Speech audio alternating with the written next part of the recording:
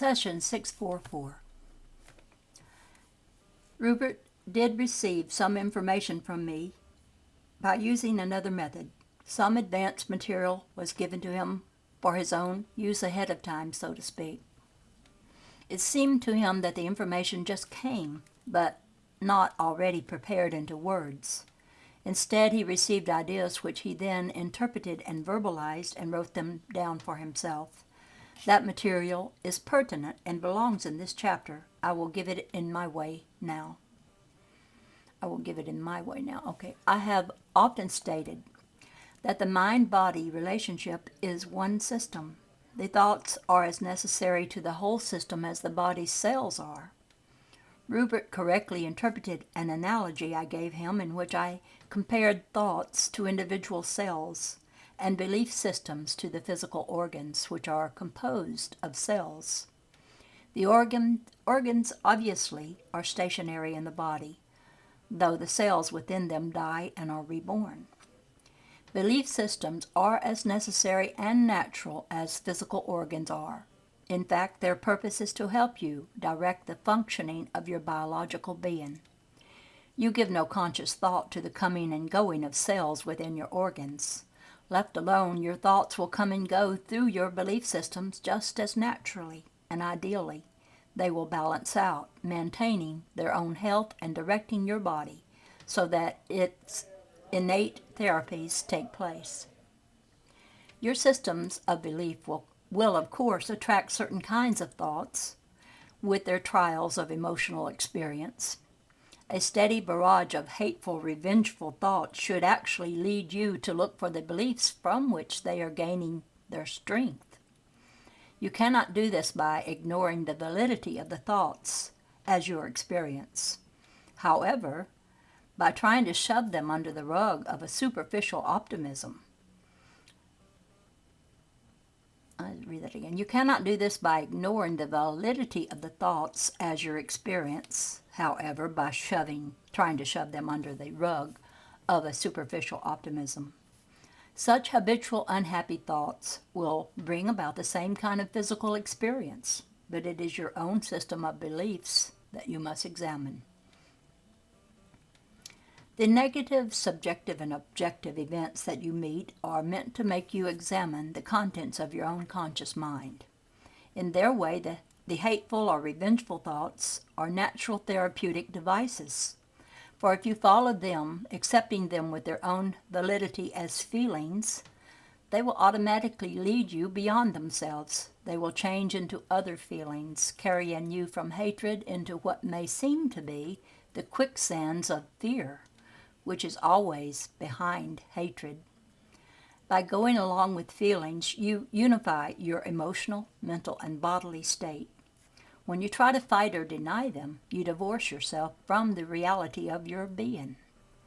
Dealing with thoughts and feelings as just directed at least roots you firmly in the integrity of your present experience and allows its innate motion and natural creativity to thrust toward a therapeutic solution. When you refute such emotions or become terrified of them, you impede the flow of feeling from one moment to the next. You set up dams.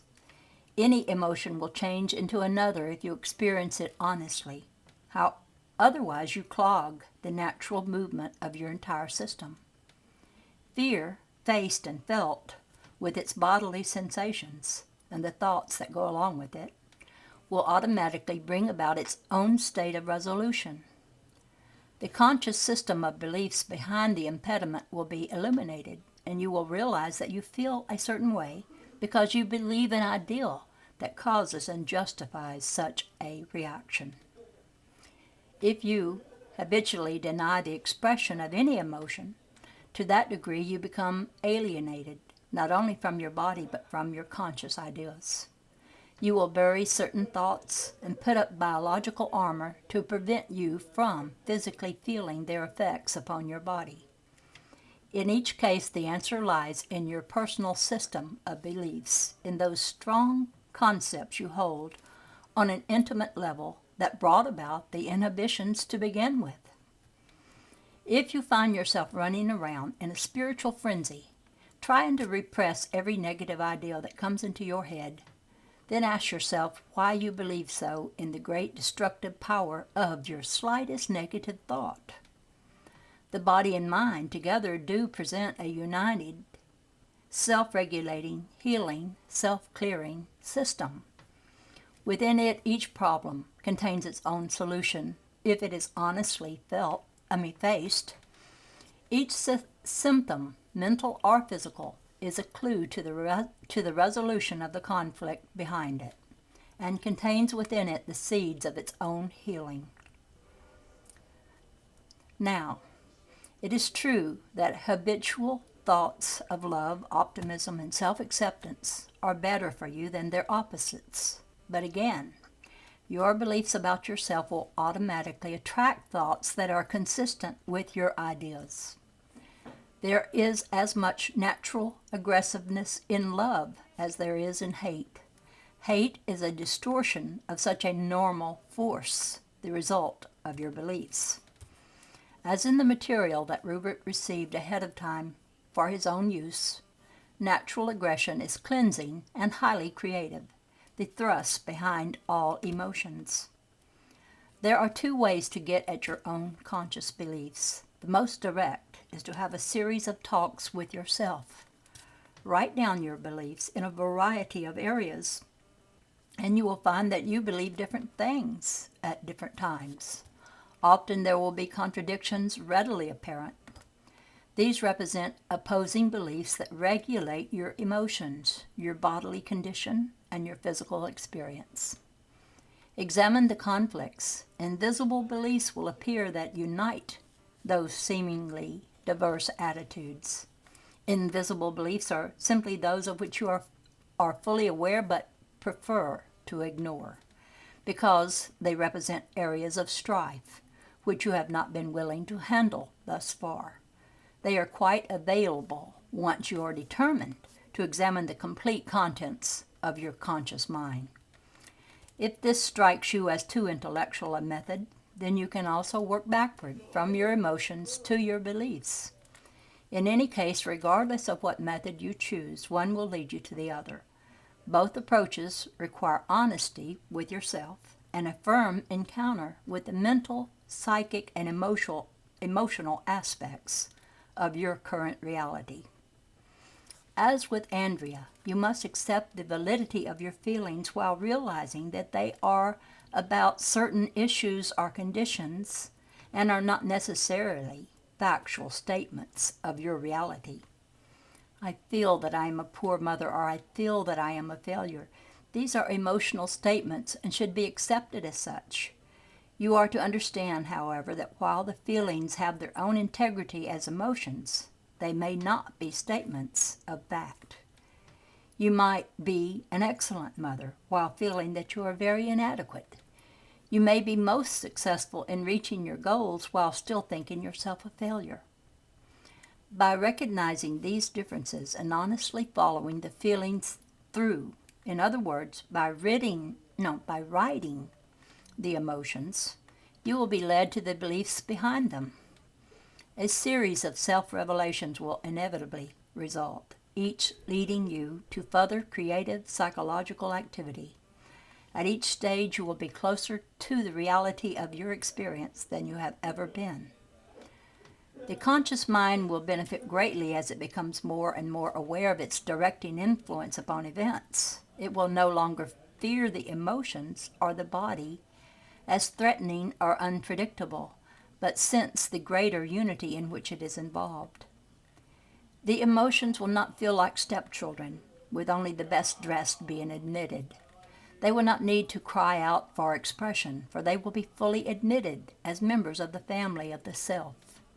Now again, some of you will say that your trouble is that you are too emotional, too sensitive. You may believe that you are too easily swayed.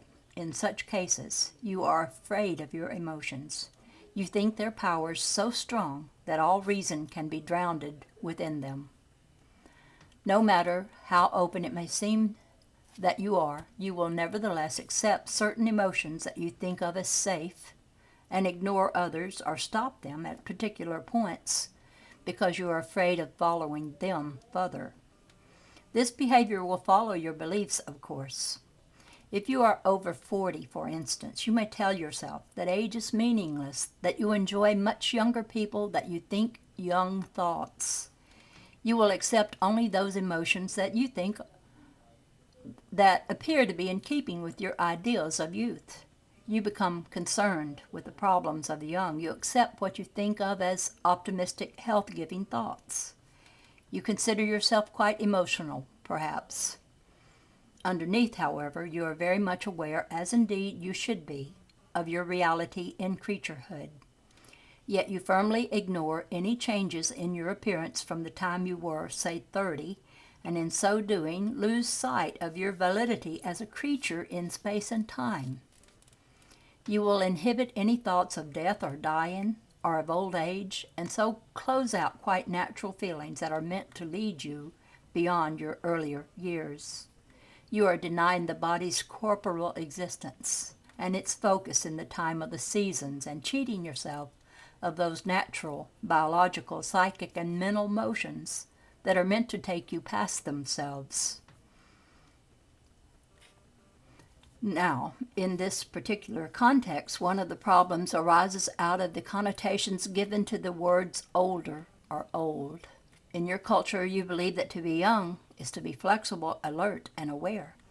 To be old or older is considered a disgrace, generally speaking, rigid, out of style, and passé. If you desperately try to remain young, it is usually to hide your own beliefs about age and to negate all of those emotions connected with it. Whenever you refuse to accept the reality of your creaturehood, you also reject aspects of your spirit. The body exists in the world of space and time. The experiences you may encounter in your 60s are as necessary as those in your 20s. Your changing image is supposed to tell you something. When you pretend alterations do not occur, you block both biological and spiritual messages. In old age, the organism is, in certain terms, preparing for a new birth. The combined events of spirit, mind, and body involve not only the passing of one season, but preparation for the beginning of another. The situation includes all of those supports necessary to carry you through, not only with acceptance, but with a great aggressive drive toward new experience. To refute your reality in time, therefore, results in your being stuck in time and obsessed by it. Accepting your integrity in time allows the body to function until its natural end, in good condition, free from those distorted, invisible concepts about age. If you believe that youth is the ideal and struggle for it while simultaneously believing that old age must involve infirmities, then you cause an unnecessary dilemma and hasten aging according to the negative aspects of your mind. Each individual must examine his or her individual beliefs or begin with feelings which will inevitably lead to them. In this area, as in all others, those of you who are proficient verbally might use the methods of writing. Either write down your beliefs as they come to you or make list of your intellectual and emotional assumptions. You may find that they are quite different.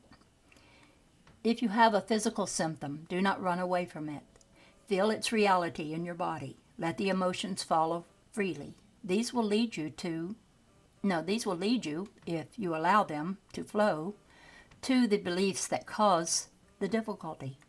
They will take you through many aspects of your own reality that you must face and explore. These methods release your withheld natural aggressiveness. You may feel that you are swamped by emotion, but trust it. Again, it is the motion of your being, and it arouses your own creativity. Followed, it will seek the answers to your problems.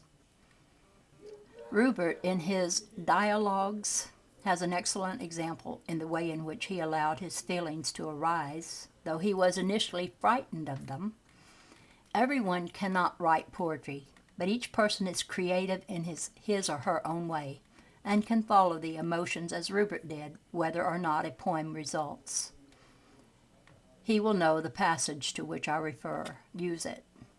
You must realize that your conscious mind is competent, its ideas pertinent, and that your own beliefs affect and form your body and your experience. And this is the poem,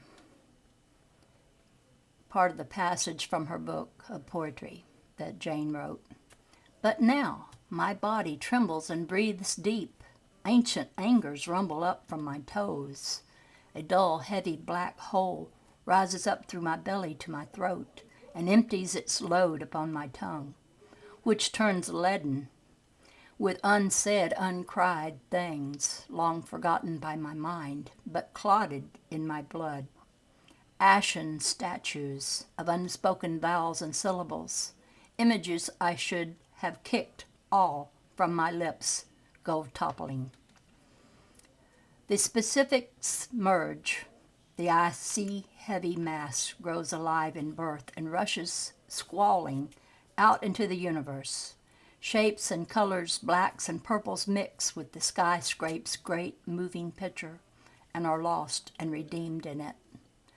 And I feel you now, even in my anger, splendid and terrible, emerging through my flesh with the rightness of storm winds and clouds blowing, devastating the landscape, yet filling it with freshness, sending debris flying, full blast, and releasing new tubers which lay hidden under, and are justly served by my anger, which lifts them, and you and me all together, over repression's frosty land, surging in giant, free swirls that burst like summer lightning, flashing and spreading over the countryside, joyously furious.